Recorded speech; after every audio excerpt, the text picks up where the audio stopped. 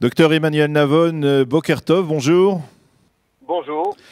Je rappelle que vous êtes docteur en relations internationales, sciences politiques à l'université de Tel Aviv et que vous êtes un géopoliticien reconnu. Je voudrais vous demander, en particulier dans les relations entre Israël et les États-Unis, je voudrais vous demander tout d'abord, après cette rencontre entre Donald Trump et Mahmoud Abbas hier à la Maison-Blanche, quel sentiment vous retenez, quel sentiment vous ressentez après cette rencontre? On a le sentiment que d'une manière ou d'une autre, tout est un peu flou dans les relations que veut enclencher le président américain, d'un côté avec les Israéliens, de l'autre côté avec les Palestiniens. D'abord, je pense effectivement que ce qui a été révélé hier dans cette rencontre entre Mahmoud Abbas et le président Trump, cela confirme que le président Trump veut s'investir dans le dossier israélo-palestinien, ce qui n'allait pas de soi, puisque certains de ses prédécesseurs républicains, en particulier George Bush, au début de sa présidence, voulaient s'éloigner de ce dossier après l'échec de la conférence de Camp David à l'été 2000.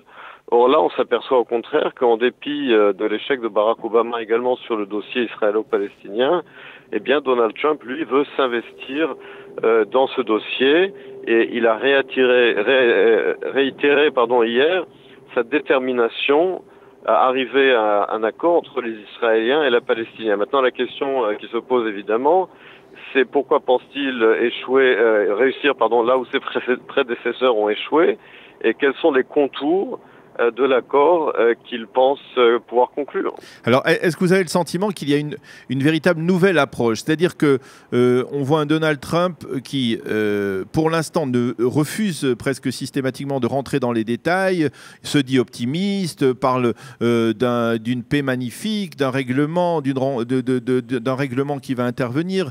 On parle de sa manière de gérer les affaires, de gérer le processus de paix entre Israéliens et Palestiniens comme s'il devait gérer une négociation dans le monde des affaires.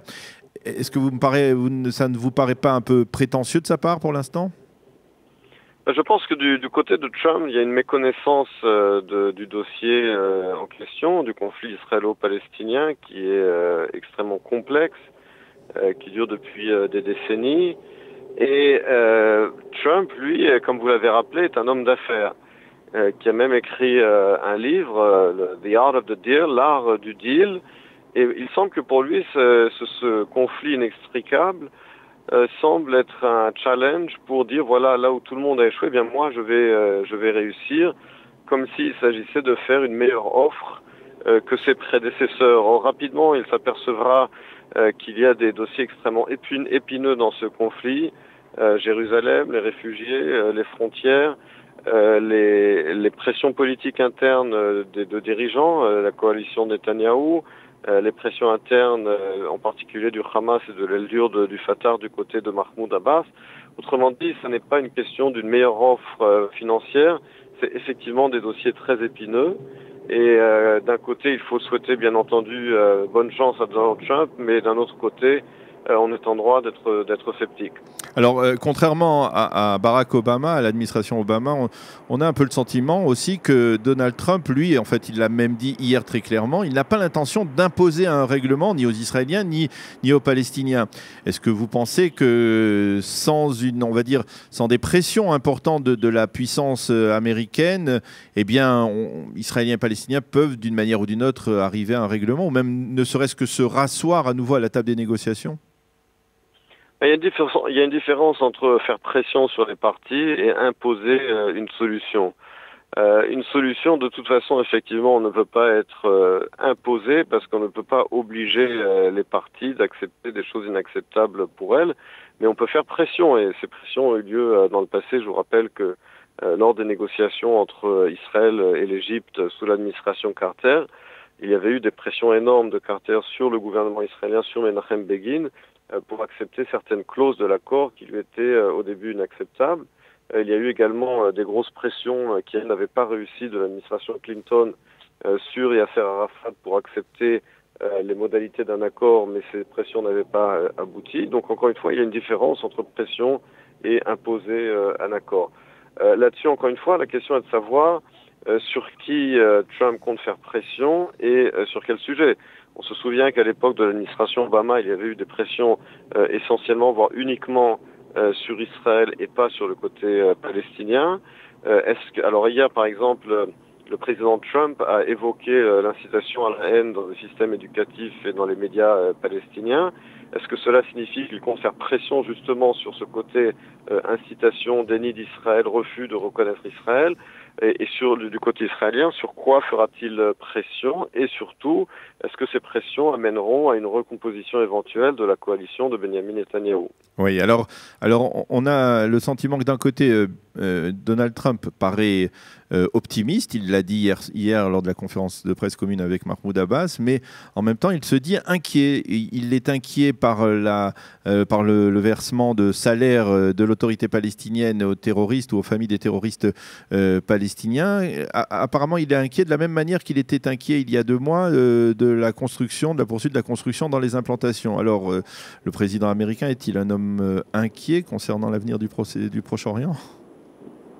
Je crois que là, c'était pour lui l'occasion d'indiquer là où il est en désaccord avec les Israéliens et les Palestiniens. Comme je l'ai dit, du côté palestinien, comment peuvent-ils d'un côté parler de paix et d'un autre côté encourager les familles des terroristes en leur payant des salaires et donc en louant les actes de terrorisme contre des civils israéliens, et inquiets du côté israélien, ou comment peut-on parler à la fois d'un côté d'une solution de 2 États et d'un autre côté de poursuivre la construction dans les implantations isolées, d'où l'accord qui a été conclu entre l'administration Trump et le gouvernement Netanyahou sur la construction uniquement dans des blocs agréés d'implantation entre les 2 gouvernements. La question est de savoir si du côté palestinien, il exigera et obtiendra de Mahmoud Abbas de mettre fin à ce système de paiement de salaire et de bourse aux familles des Palestiniens qui ont commis des actes terroristes, puisque cela envoie un message très clair à la société palestinienne, à savoir qu'il s'agit d'actes louables qui seront récompensés par leur gouvernement. Alors un sujet n'a apparemment pas été évoqué, en tout cas pas en public, lors des discussions entre Donald Trump et Mahmoud Abbas, c'est le déplacement, le transfert de l'ambassade des États-Unis de Tel Aviv à Jérusalem. On sait que c'est une promesse américaine. Donald Trump a affirmé qu'il continuait à l'étudier. Et le président américain doit être en Israël les 22 et 23 mai prochains, c'est-à-dire dans environ 3 semaines, à la veille du Yom Yerushalayim, du 50e anniversaire de la réunification de Jérusalem. Est-ce que vous pensez que Donald Trump peut tenir sa promesse? Est-ce que vous avez le sentiment qu'il la tiendra peut-être lors de son passage à Jérusalem?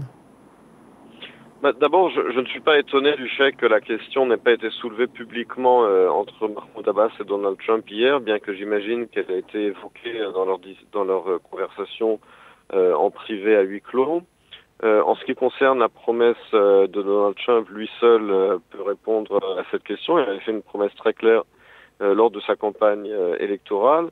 J'imagine à ce stade qu'il veut utiliser cette promesse justement dans le cadre de ses tentatives de reprise des négociations entre Israéliens et Palestiniens, justement pour faire pression sur les parties, pour promettre d'un côté de transférer l'ambassade, moyennant éventuellement des concessions israéliennes et palestiniennes. Donc je pense qu'il va tout simplement se servir de cette promesse pour faire pression sur les 2 parties dans le cadre des négociations éventuelles.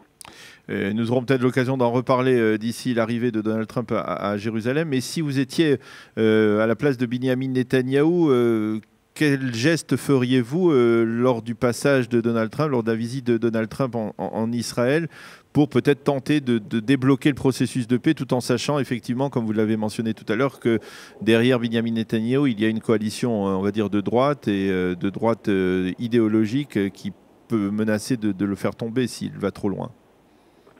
Des gestes, on l'a déjà fait dans le passé sous l'administration Obama, des gestes malheureux à mon sens, à savoir la libération de terroristes avec du sang sur les mains, venant d'un Premier ministre qui a écrit un livre pour expliquer comment ne pas céder au terrorisme.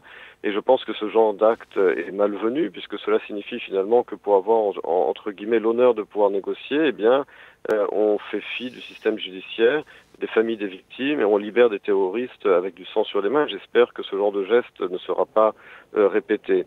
Je pense que, encore une fois, il faut se libérer de cette conception qu'il faut faire des gestes pour reprendre la négociation.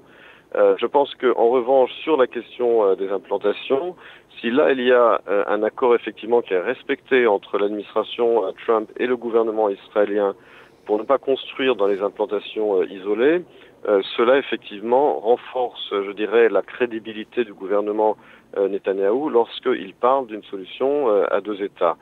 Parce que, comme je l'ai dit, il y a effectivement une contradiction entre déclarer son accord de principe avec une solution de deux États et construire dans des implantations isolées. Et encore une fois, cela n'a rien à voir avec la libération de terroristes avec du sang sur les mains qui, à mon avis, n'aurait jamais dû être agréé dans le passé par le gouvernement Netanyahou.